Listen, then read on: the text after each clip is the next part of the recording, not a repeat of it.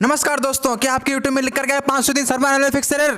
तो जान लीजिए आखिर 503 सर्विस अनअवेलेबल एरर फिक्स होता क्या है और आखिर इंडिया में क्यों बंद हुआ YouTube।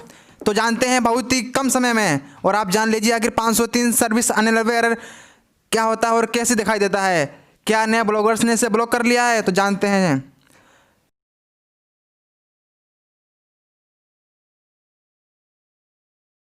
क्या आपको लगता है किसी ने हैक कर लिया है यूट्यूब को? आखिर क्या है इसके पीछे माजरा, जानते हैं हम। 503 सर्विस अनअवेलेबल एरर होता क्या है?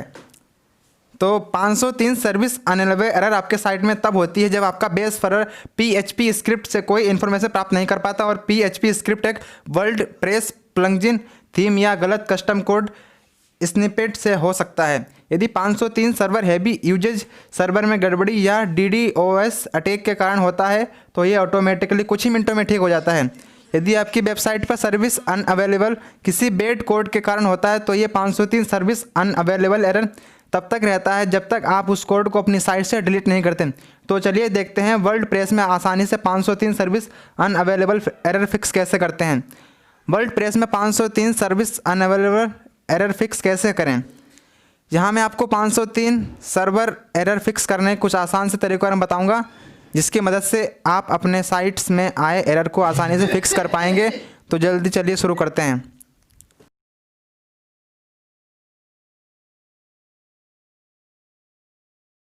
तो पहला है सभी वर्ल्ड प्रेस प्लगइन को डीएक्टिवेट कैसे करें।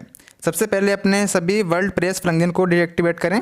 यदि आप 503 सर्विस एरर के कारण अपने वर्ल्ड प्रेस डैशबोर्ड से लॉगिन नहीं कर पा रहे हैं तो आपको अपने वेब होस्टिंग पैनल में जाकर फाइल मैनेजर पर क्लिक करना होगा। फिर रूट डायरेक्टरी में जाकर wp.content प्लगइन फोल्डर को रीनेम करें, उदाहरण के लिए plugin.old। इसके बाद में अब अपने वर्ल्ड प्रेस साइट पर विजिट करें। यदि आपकी साइट अब ओपन हो रही है तो इस 503 सर्विस अनअवेलेबल एरर के कारण प्लगइन थीम किसी प्लगइन द्वारा सर्विस अनअवेलेबल एरर पैदा हो सकता है, तो इसके लिए आपको फिर कुछ समय तक वेट करना होगा। दूसरा है वर्ल्ड प्रेस थीम बदले कैसे। इसके लिए भी आपको वहीं जाना पड़ता है, आपको लॉगिन करना पड़ता है। तो इसके लिए ये बहुत बड़ा होती है प्रक्रिया, लेकिन जैसे पहले बताया मैंने वो सही होता है और आपको कोई चिंता करने की ज़रूरत नहीं है। और ये मत सोचिए कि हमारा डाटा किसने हैक कर लिया है, ये सब कुछ ऐसे ही आता है कुछ तकनीकी कारणों से, और कुछ ही समय में ये अपने आप से आसानी से ठीक हो जाता है।